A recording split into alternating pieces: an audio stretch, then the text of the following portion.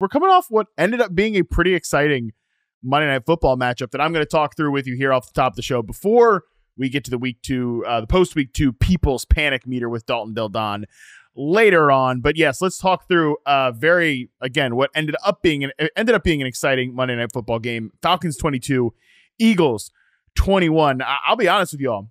I was prepared to come on this show and kind of, I don't know, hem and haw my way through this recap. A little bit of a, man, hey, the run game is more important than ever. Bijan Robinson looks great out there. The Falcons were kicking ass up front. The Eagles had some great run plays too, some plays called back for Saquon Barkley. Was really prepared to talk about how a stat from Steve Palazzolo here, formerly of PFF, now is the 33rd team over there. He had this stat, passing touchdowns through 2 weeks of an NFL season. 2019, 105. 2020, 110. 2021, 110. 2022, 105. 2023, 86. Pending Monday Night Football, so we got 3 added to this. 69 nice passing touchdowns in the first 2 weeks in 2024. I didn't even plan that. That's beautiful. I was prepared to talk about all that stuff. And again, some of the meta conversations we're having about football, about why the run game matters more and how defense is punching back. And then the last 2 minutes happened. And honestly, thank God for the Philadelphia Eagles having one of the most baffling, the most mismanaged, maybe just the dumbest, worst final 2-minute sequence we'll probably see for any team all season. I think it's going to be tough to beat that one. They call a pass play on 3rd down, which Saquon Barkley, who had a good game tonight, has been a great player for the Eagles so far. 95 yards on the ground, another 21 yards through the air. He came up just short on a rushing touchdown earlier that they pushed Jalen Hurts' tush in on this one. Again, Saquon Barkley drops that pass. He catches that thing. We're not having this conversation. We're not having a Falcons revival conversation. Ultimately, the Falcons end up going down the field in the final 2 minutes, and Drake London, thank the gods above, Drake London finds his way into the end zone for his first touchdown of the season. I got to say, now that drive is obviously going to color a lot of what we're going to talk about with the Falcons going forward. I will say that even throughout the evening, I thought we saw a little bit better version of Kirk Cousins in this game. I was joking with ESPN's Bill Barnwell earlier that the Falcons clearly read the tweets. They clearly saw the media criticism about play action and the pistol and under center and all this stuff, because they came out pretty heavy, like play action under center stuff early on. I do think there was almost maybe a slight overcorrection to that at the beginning of this game, but I like that we did see some new wrinkles from the Falcons offense. Overall, Kirk Cousins had an efficient game. I do definitely still have some nits to pick, right? I don't think he set guys up for yards after catch opportunities. I thought there were some real tough throws, and not in a good way, tough throws to the outside in outbreaking routes in this game. That's going to be a problem as he continues to kind of try to plant off that back foot and everything, kind of tries to drive the ball. He does not have that right now. But again, with the way they ended this game, we'll see. I think we can leave a bit more of a candle lit for our Atlanta Falcons offensive players here. And, I watched the post-game interview that Kirk Cousins did with Lisa Salters after the game. And, he said a lot of this stuff. Honestly, he said a lot of the stuff that I've been trying to say when I'm trying to give some caveats here to the week 1 panic about the Falcons offense. And I was certainly panicked about what I saw.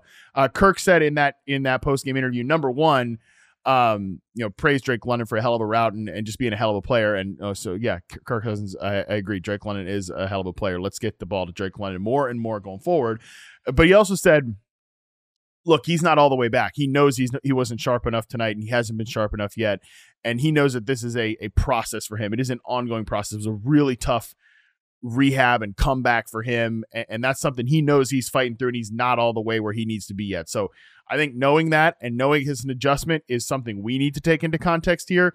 Also, he mentioned almost word for word things that I've been saying on this show and other shows throughout the course of the last week panicking about the Falcons, which is there's a lot of new here. He said those exact words. And this is definitely a feeling out process. I do wish they would have got some reps into the damn preseason, maybe the NFL should experiment with some like exhibition games so guys can knock off the rust before the season. That would maybe be a pretty good idea.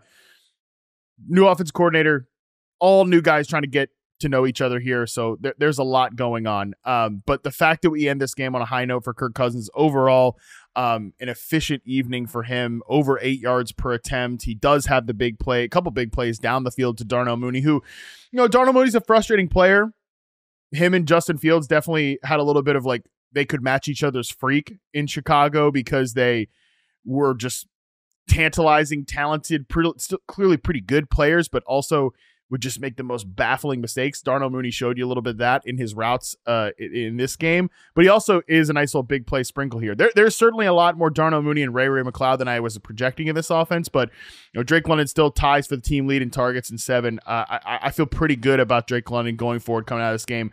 As long as we continue to stack good performances for Kirk Cousins, I'm a little nervous about him in that offensive line going against Kansas City in week 3, but we will have plenty of opportunity to talk about that going forward. Again, I think this was a nice breath of fresh air to see Kirk Cousins have a viable game. And ultimately, again, that drive to win this game makes a pretty big difference when we're hopefully stacking momentum, which is what Kirk Cousins and this Falcons team said in the post-game interview they are looking to do as well.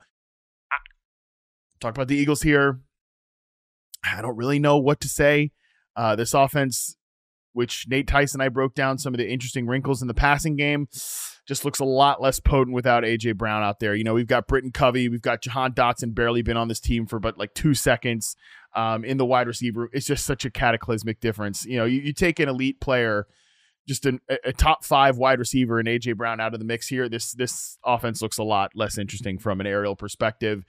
And again, Lisa Salter said during this game that A.J. Brown told her he's preparing, he's expecting to miss a couple of weeks.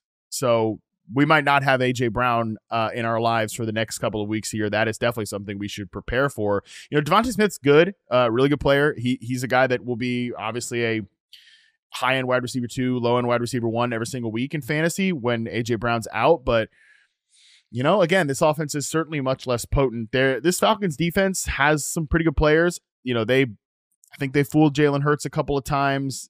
I think they got some decent looks on the back end. They got good safeties. They got a good corner in A.J. Terrell. I think this Falcons defense is a little bit better than maybe some of the really, really low projections coming into the year had Atlanta. But it's still, again, this is a unit that this Eagles offense should have had. Should have had some more advantageous looks against, and we just didn't get those. So not too much to say from a fantasy perspective for the Philadelphia Eagles. Super frustrating night from them. Their defense is definitely remains a unit to attack. We saw confirmation of that at the end of the game. I think the only silver lining really for fantasy we can throw out here is just that Jalen Hurts carries the ball 13 times. He gets over 80 yards and a touchdown. I still think some of the like design stuff, the option stuff to the edge is not great with Jalen Hurts, but when you can get him rolling downhill, whether it's on quarterback draws or obviously scramble plays, he still looks like he can get out there and make plays with his legs. And we had a couple tush push moments as well in this game. So that's good news if you still want to consider Jalen Hurts a top 3 fantasy quarterback, which I do. But again, this offense is much, much less potent without A.J. Brown. So he's somebody that we need to get back in action pretty soon.